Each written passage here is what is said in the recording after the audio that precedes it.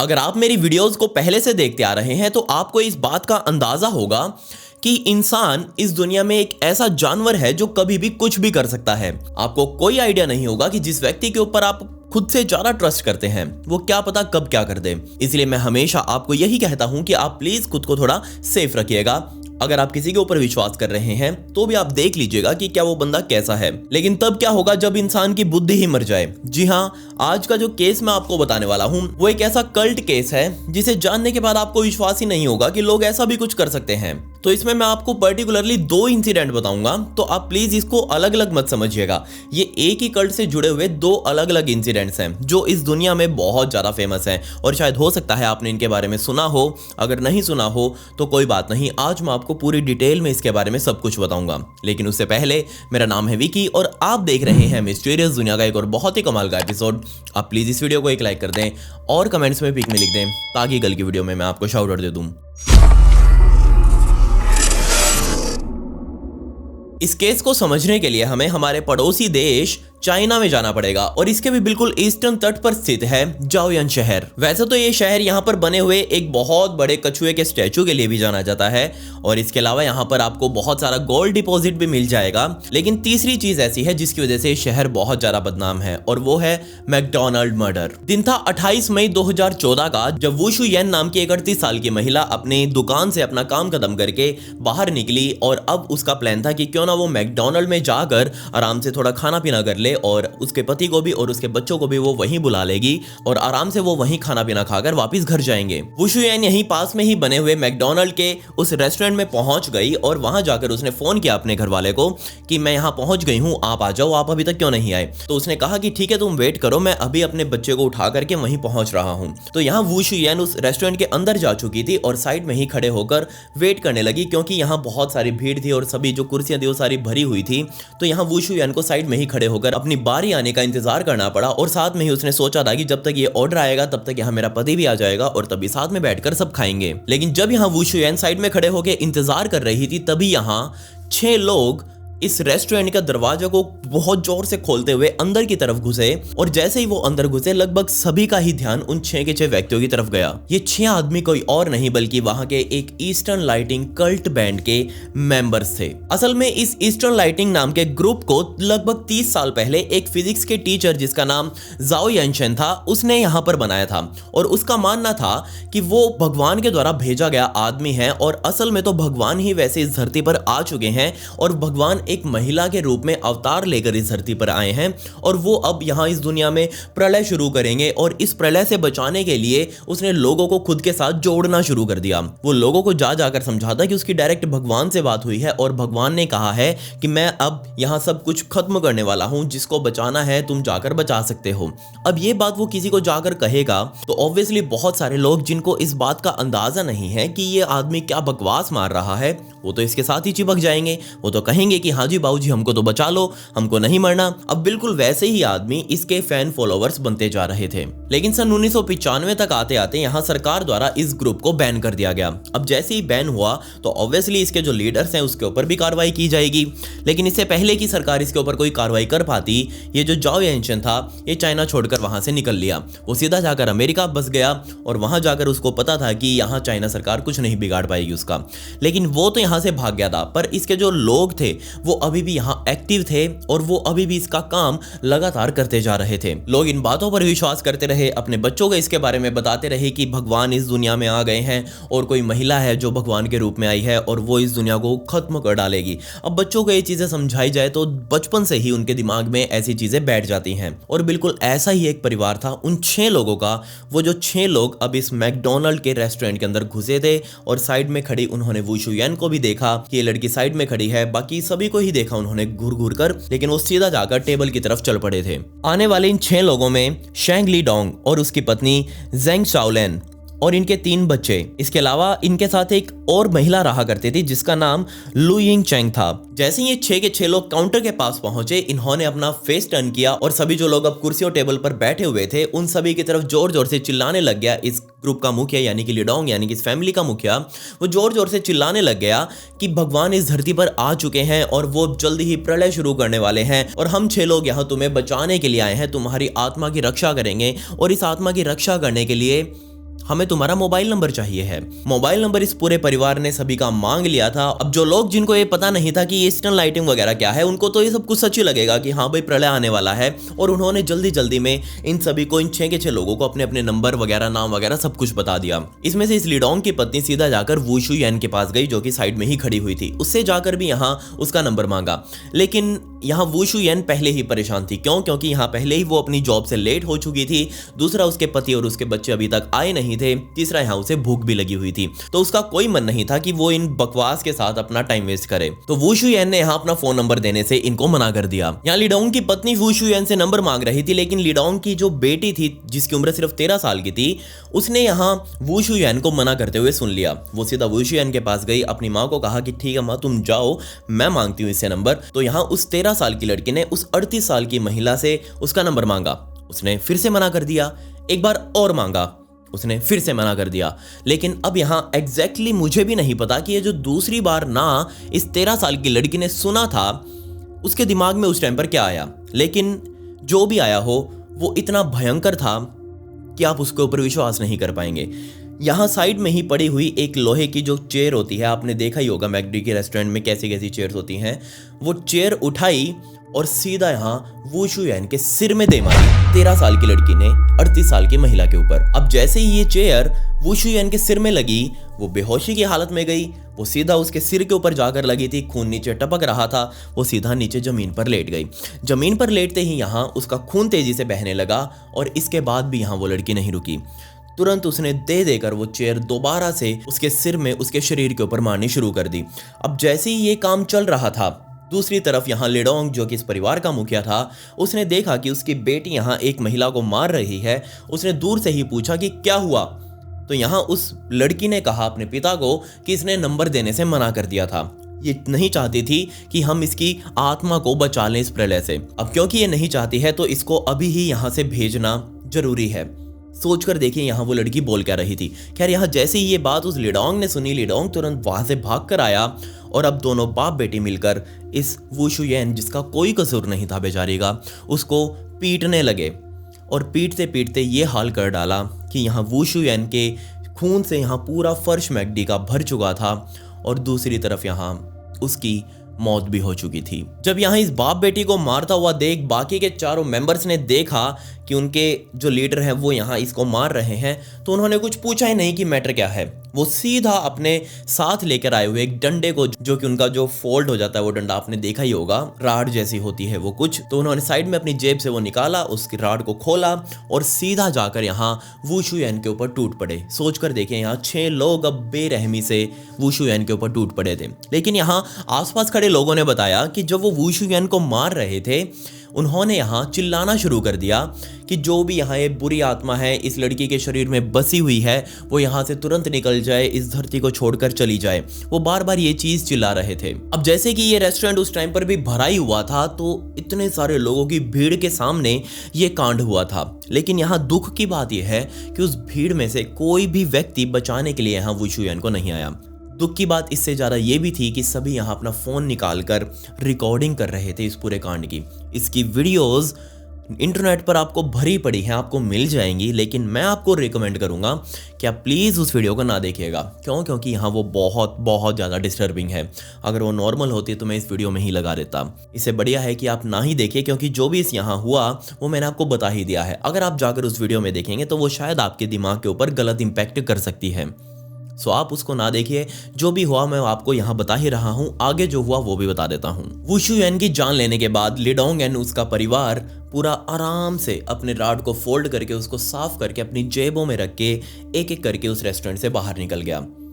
बेचारी वू शुयेन को सिर्फ इसलिए मार दिया गया क्योंकि कुछ लोग उससे उसका नंबर मांग रहे थे और यहाँ वो उनको नंबर देने के लिए तैयार नहीं थी। तुरंत यहाँ पर पुलिस को बुलाया गया। पुलिस ने आकर लाश को अपने कब्जे में लिया, रेस्टोरेंट से सबूत उठाए और तुरंत यहाँ लोगों की भीड़ के बयानों पर 6 के 6 लोगों की पहचान कर ली गई और रात होते होते ही यहाँ उन 6 के 6 को पकड़ भी लिया गया। लेकिन यहाँ जो लोगों ने वीडियो बनाई थी वो वीडियो को वहाँ के सोशल मीडिया के ऊपर डालना शुरू कर दिया। आपको ही पता होगा कि वहाँ फेसबुक, यूट्यूब वगैरह नहीं चलते, वहाँ उनकी खुद की सोशल मीडिया एक कंपनी अलग अलग है। तो यहाँ उन सोशल मीडिया के ऊपर डालना शुरू कर दिया, तो जिस वजह से यहाँ ये केस पूरे चाइना में एक हॉट टॉपिक बन गया। इसके बारे में लोग बात करने लगे हैं, तो ऑब्वियसली यहाँ प्रशासन को हरकत में आना था और इनके ऊपर कुछ खास कार्रवाई करनी थी। लेकिन यहाँ जो भी इस केस के बारे में सुन रहा था वो इसके ऊपर कोई विश्वास ही नहीं कर रहा था कि एक लड़की को सिर्फ इसलिए मार दिया गया क्योंकि उसने अपना नंबर देने से मना कर दिया था। ऐसा कैसे हो सकता था? अब आपने जब इसके बारे में सुना होगा तो आपको भी विश्वास नहीं हो रहा होगा कि कोई इतनी छोटी सी बात पर एक कांड कैसे बैठा सकता है। लिडांग को यहाँ कब्जे में लिया गया और इसके बाद यहाँ उसके काफी सारे इंटरव्यूज भी लिए गए और इन इंटरव्यूज में लिडांग ने कहा कि हमने शुयान को मारा है और उसको मारकर हमें बहुत संतुष्टि मिली है। क्योंकि यहाँ हम खुश हैं कि हमने एक बुरी आत्मा को इस दुनिया से विदा कर दिया। साथ ही उसने कहा कि मुझे शुयान को मारने का कोई भी अफसोस नहीं है, मैंने खुशी खुशी उसे मारा है और मैं आगे भी ऐसे ही काम करता रहूंगा। इसके अलावा जब उस महिला के बयान लिए गए जो कि इस फैमिली के साथ ऐसे ही बस रहा करती थी इनका फॉलोवर बनकर, उसने भी कहा कि लिडांग ने जो कहा है वो सही है। अगर मैं लिडांग की जगह होती तो मैं भी यही करती। वो जो लड़की थी यानी कि वो जो वू शुएन थी वो एक बुरी शक्ति थी, वो एक राक्षस थी और हमने उसे सही टाइम रहते पहचान लिया। अगर वो सही आत्मा होती तो वो हमें तुरंत अपना नंबर दे देती, क्योंकि हम जिनसे भी मांगते हैं वो तुरंत हमें पहचान जाते हैं कि आखिर हम हैं कौन, हम भगवान के द्वारा भेजे गए आदमी हैं। ऐसी ऐसी बातें वो यहाँ कोर्ट में कर रहे थे। इस पूरे परिवार ने एक आवाज में यहाँ कोर्ट में कहा कि अगर हम उस महिला को उस टाइम पर नहीं मारते तो बेशक अगले ही पल वो महिला हम पूरे परिवार को ही खत्म कर डालती। जब जज ने ये बात सुनी तो वो भी ये सोच रहा है कि क्या बकवास है, इनको बीमारी क्या है, मुझे तो ये समझ नहीं आ रही। जज ने यहाँ सच में उनकी बीमारी को जानने के लिए उनके मेडिकल जांच करवाने की कही। मेडिकल जांच में सारे के सारे एकदम परफेक्ट आए, किसी को कोई बीमारी नहीं है। तो फिर ये ऐसी बातें क्यों बोल रहे थे? तो असल में यहाँ इस पूरे परिवार का माइंड वॉश किया जा चुका था। उस शेंजाओ नाम के वो फिजिक्स टीचर जिसने इस ईस्टर्न लाइटिंग ग्रुप को बनाया था, और इस ग्रुप के मेंबर्स अब यहाँ फैल कर लोगों का दिमाग ही वॉश कर रहे थे और उनको कह रहे थे कि भगवान इस दुनिया में आ चुके हैं। अभी तो इतना ही नहीं, ये जो परिवार है इसके अंदर भी एक भगवान छुपा हुआ है, एक पूरा भगवान और एक आधा भगवान। उसके बारे में भी मैं आपको बताता हूँ। जी हाँ, इस परिवार को वैसे तो रूल्स के मुताबिक ये बताया गया था कि ईस्टर्न लाइटिंग द्वारा जो भगवान इस धरती पर आएगा वो एक महिला के शरीर में आएगा और जिसका नाम ज़ेन लियूडंग होगा।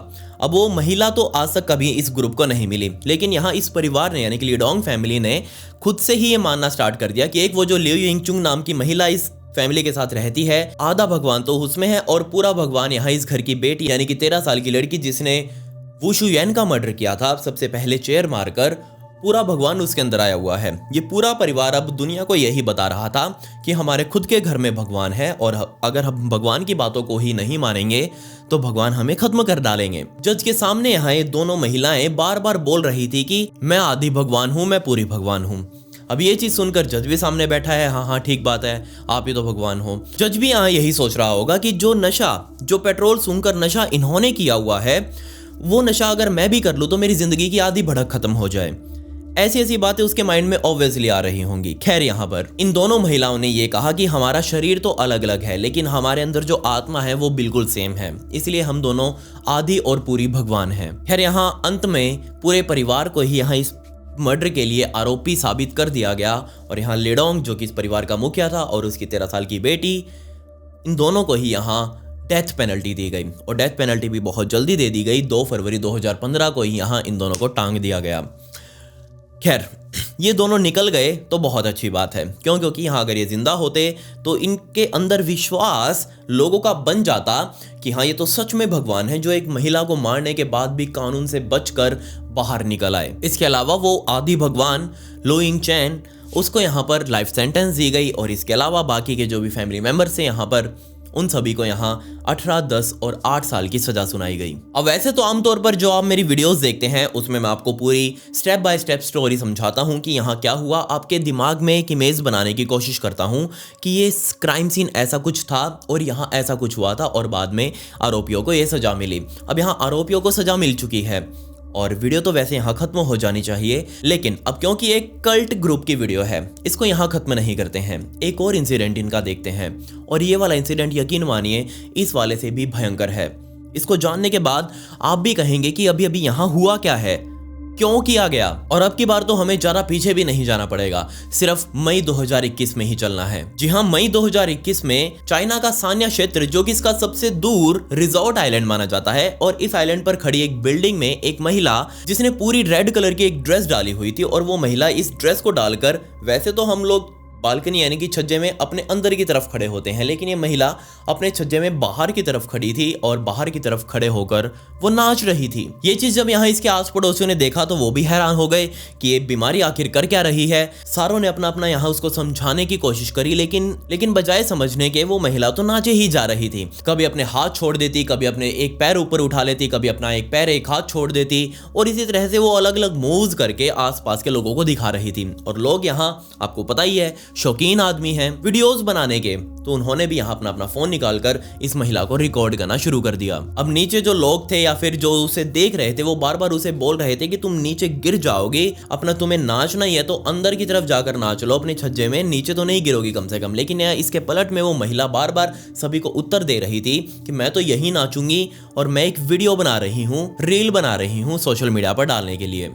अब ये किस तरह की रील है। 6 मई 2021 का दिन आया। इस दिन फिर से यहाँ दोपहर में ही ये महिला वापस अपना तामझाम पहनकर, पूरा रेड कलर का ड्रेस डालकर अपनी बालकनी में आई। उसने एक पैर अपना दूसरी तरफ डाला, फिर दूसरा पैर दूसरी तरफ डाला। अब यहाँ वो बालकनी के दूसरी तरफ यानी कि बाहर वाली तरफ अपने छज्जे की ग्रिल को पकड़कर खड़ी थी और अब नाचने लगी। अब ये चीज़ देखते ही नीचे जो सिक्योरिटी गार्ड मौजूद था उसने देखा कि ये बीमारी तो फिर से आ गई। अब उसकी ड्यूटी है यहाँ पर सभी सोसाइटी मेंबर्स को सेफ रखना। वो तुरंत यहाँ से लिफ्ट पकड़कर 24वें फ्लोर पर गया, क्योंकि ये महिला 24वें फ्लोर पर नाच रही थी। सोचकर देखिए, यहाँ 24वां फ्लोर तो बहुत ऊंचाई हो जाती है और वहां से नीचे देखने में भी आपको ऑब्वियसली डर लगेगा, लेकिन यहाँ 24वें फ्लोर पर ये साइको महिला अब इस बालकनी को पकड़कर नाच रही थी। खैर वो गार्ड ऊपर गया, उसने दरवाजा खटखटाया और कमाल की बात यहाँ ये थी कि दरवाजा खुला, लेकिन यहाँ दरवाजा उस महिला ने नहीं खोला था, बल्कि यहाँ एक और आदमी था और वो आदमी फोन को पकड़े हुए उस महिला की वीडियोस बना रहा था।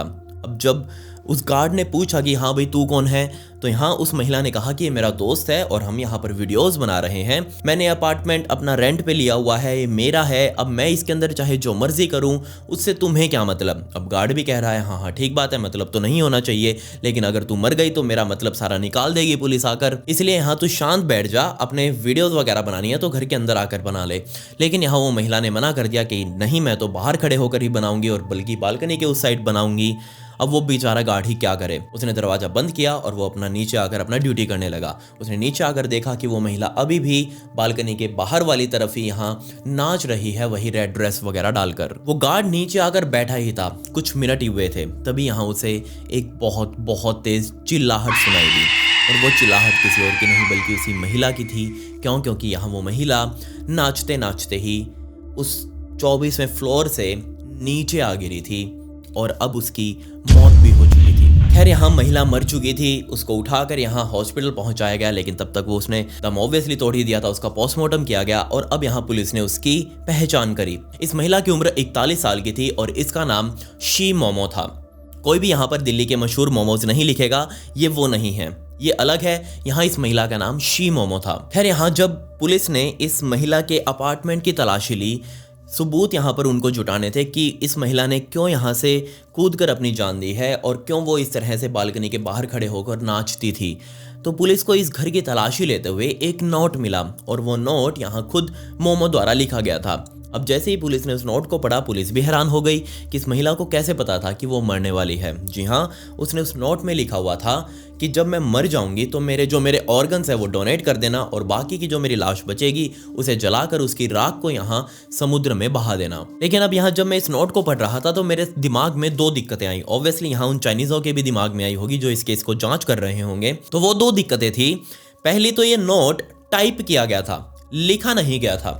अब टाइप तो ऑब्वियसली कोई भी कर सकता है, नीचे मोमो ही तो लिखना है साइन के रूप में, तो वो मोमो भी लिखा हुआ था। दूसरी बात, अगर इस महिला को अपने ऑर्गन्स डोनेट ही करने थे तो क्यों वो उस 25वें फ्लोर से कूदकर अपनी जान देगी और बाद में अपने ऑर्गन्स को डोनेट करेगी। ऑर्गन्स का भी अब तक तो चूरमा बन गया होगा और उस चूरमे का डॉक्टर्स क्या ही करेंगे। तो यहाँ अगर उसको डोनेट करने थे तो वो पहले डॉक्टर्स के पास जाकर अपनी लाइफ एंड होने का इंतजार करती और बाद में ऑर्गन्स को डोनेट करती।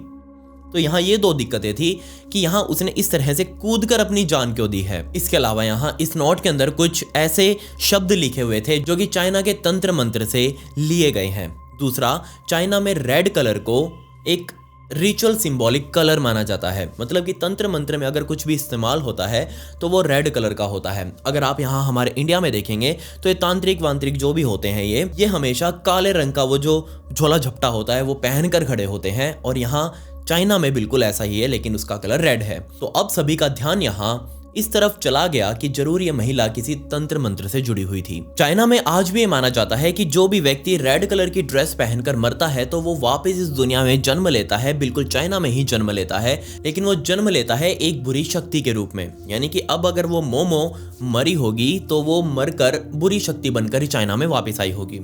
ये तो वहां का मानना है। लेकिन अब आप मुझसे पूछेंगे कि बता विकी, इसके अंदर ईस्टर्न लाइटिंग कहाँ से आ गई? वो ग्रुप जिसके बारे में हम स्टार्टिंग से वीडियो बना रहे थे और मैं आपको स्टोरी सुना रहा था ईस्टर्न लाइटिंग की, तो वो ईस्टर्न लाइटिंग यहाँ इसके अंदर कैसे आ गया? तो यहीं से ही चीजें पलटनी शुरू हो जाती हैं। तो जैसे ही यहाँ इसकी वीडियो ऑनलाइन वायरल हुई वहां चाइना में, तो लोगों ने सीधे तौर पर ये बोलना शुरू कर दिया कि इस महिला का भी ईस्टर्न लाइटिंग के साथ कोई कनेक्शन जरूर है। अब क्योंकि वो ग्रुप एक वहां बैन ग्रुप है, उसके ऊपर प्रतिबंध लगा हुआ है, तो कोई भी वहां उस ग्रुप में अपने असली नाम से तो ज्वाइन हो नहीं सकता। उनको अपना नकली नाम बनाना पड़ेगा, तभी वो इस ग्रुप में ज्वाइन हो सकते हैं। और जब मैंने ईस्टर्न लाइटिंग के कुछ मेंबर्स की डेथ स्टोरीज को सुना, तब मैं इस बात के लिए कंफर्म हो गया कि ये जो मोमो थी ये ईस्टर्न लाइटिंग से जुड़ी हुई थी। जी हाँ, ये जो तरीका उसने अपनाया है, रेड ड्रेस डालकर बालकनी में डांस करना और फिर वहाँ से गिर जाना, ये कोई कोइंसिडेंस नहीं है, ये कोई संयोग नहीं है, बल्कि पास्ट में भी यहाँ काफ़ी सारे लोग चाइना में जो कि ईस्टर्न लाइटिंग ग्रुप से जुड़े हुए थे, उन्होंने अपनी जान दी है सिर्फ इसलिए ताकि वो भगवान का रूप लेकर वापस इस दुनिया में आ सके। अरे पहले जो आए हुए हो उसका तो मकसद तुम ढूंढ लो, बिना मरे ही यहाँ वो भगवान को ढूंढने चल पड़े हैं और मरकर वो चाहते हैं कि वो वापस जिंदा हो जाएं दोबारा। ईस्टर्न लाइटिंग ग्रुप्स के कुछ मेंबर्स ने यहाँ डेथ का ये रूल निकाला हुआ है कि अगर किसी को सुसाइड वगैरह करना है, अगर किसी को शक्तियाँ प्राप्त करनी है, तो उनको सबसे पहले एक रेड ड्रेस डालनी होगी और वो रेड ड्रेस उनको 5 दिनों तक लगातार डालकर रखनी है, उसको नहीं उतारना है, और 5 दिनों तक डेली किसी ऊंची बिल्डिंग पर जाकर डांस करना है। और बिल्कुल जैसे ही 5वां दिन आपका पूरा हो जाए डांस करते करते, तो आपको जस्ट वहां से गिर जाना है नीचे की तरफ। ये रूल था ईस्टर्न लाइटिंग ग्रुप का। और दुख की बात यह भी है कि बेचारे जो भोले लोग होते हैं, जिनको इनके बारे में कुछ पता नहीं होता, जिनको अगर आप थोड़ा सा भी कुछ सिखाएंगे तो वो इन चक्रों में आ जाते हैं, उनके ऊपर ये चीज ज्यादा इफेक्ट होती है। अब यहाँ हमको 1-2 बातें और भी ध्यान रखनी है।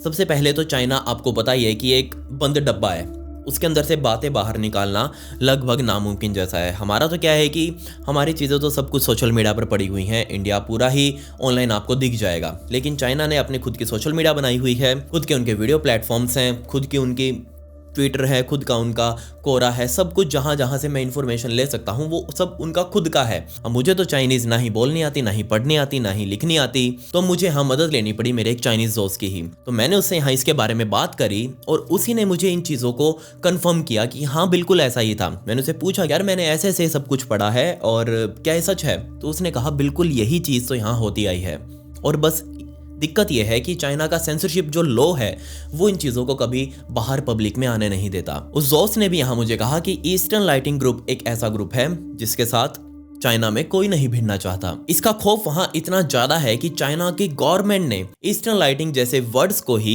इंटरनेट से ब्लॉक किया हुआ है। अगर कोई भी व्यक्ति वहां की सोशल मीडिया पर या फिर इंटरनेट पर ईस्टर्न लाइटिंग से रिलेटेड कुछ पोस्ट करता है या फिर उसके बारे में कुछ बातें करने की कोशिश करता है, तो ऑटोमेटिकली यहाँ या तो उस व्यक्ति की आईडी ब्लॉक हो जाएगी या फिर उसकी पोस्ट को तुरंत रिमूव कर दिया जाएगा। खैर अब तो यहाँ ये मामला पुराना हो गया था, लेकिन उस टाइम पर उसने बताया कि जिस टाइम पर ये मोमो मरी थी उस टाइम पर ये केस बहुत ज्यादा हाइप में था और सभी ने ही ये माना कि मोमो की डेथ एक ईस्टर्न लाइटनिंग सैक्रिफाइस थी। लेकिन इन सब के बीच में यहाँ एक चीज आप भूल गए होंगे, लेकिन मुझे याद है, वो ये कि जब वो गार्ड यहाँ मोमो के उस फ्लोर में उसको समझाने के लिए ऊपर गया था 24वें फ्लोर पर, जब उसने दरवाजा खटखटाया था तब वो दरवाजा बजाय मोमो के एक आदमी ने खोला था।